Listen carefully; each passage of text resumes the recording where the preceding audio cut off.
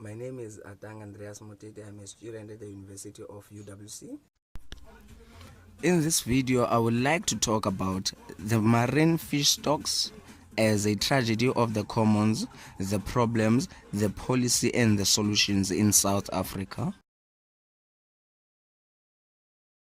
My research objectives will be focusing on tragedy of the problems, tragedy of the commons, tragedy of the policies, tragedy of the solutions. Those are the objectives that I'll be focusing on this research that I will be doing.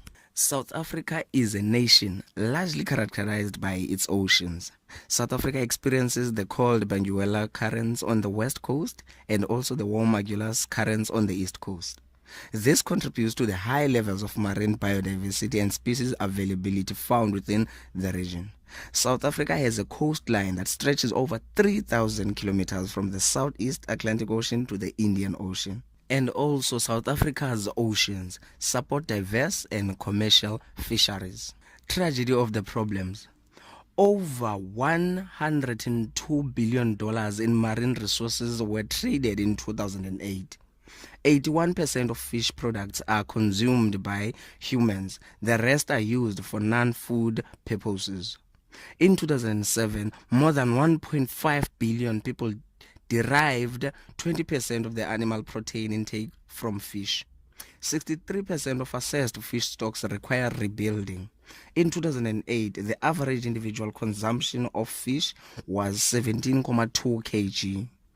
Global production from marine wild capture fisheries peaked at 86.3 million tons in 1996, and this declined to 79.5 million tons in 2008. When we look at the status of South African marine resource, we have 29.6% status, which is uncertain. We have 7.4% underexploited, 48.1% optimally exploited, 14.8% overexploited. So as we have this 48.1% which is optimally exploited, this means a lot on how our resources are being used in South Africa. This means that we are exploiting our resources, which means when we look at the future, we can deplete the resources that we have, as we have a 48.1% which is optimally exploited.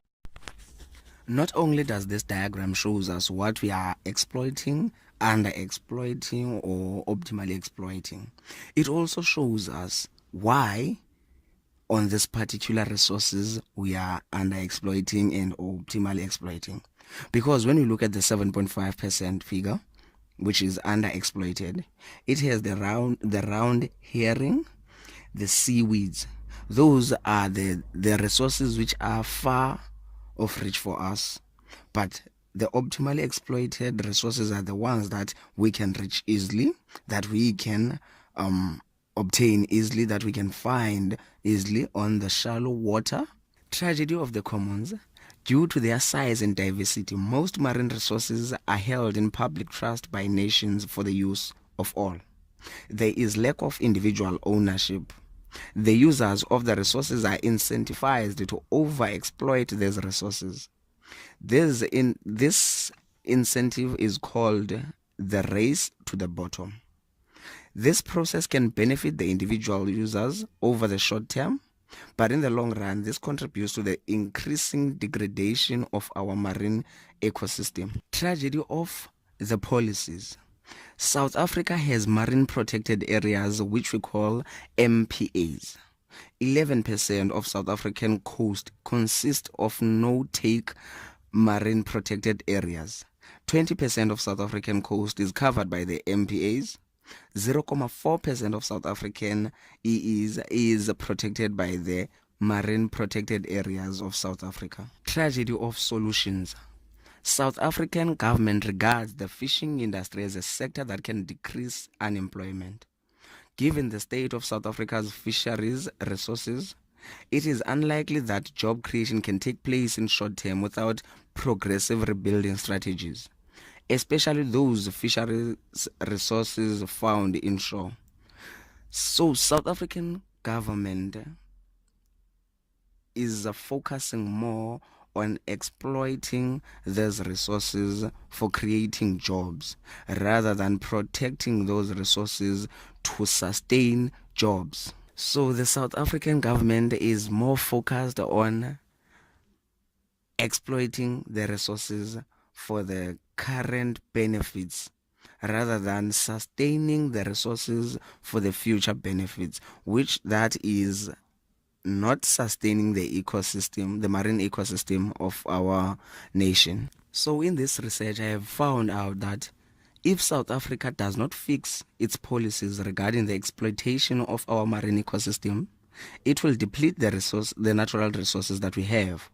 The problem is that this overfishing can be beneficial over a short term, but for the long term, the resources will deplete. Laws that include the fishing restrictions must be strict. The marine protected areas should cover more of South African coast, as there are people or individuals who are exploiting the resources without the government's consent. So for South Africa to recover from this over exploitation of resources, the government must impose restrictions or laws or policies that will protect our marine ecosystems.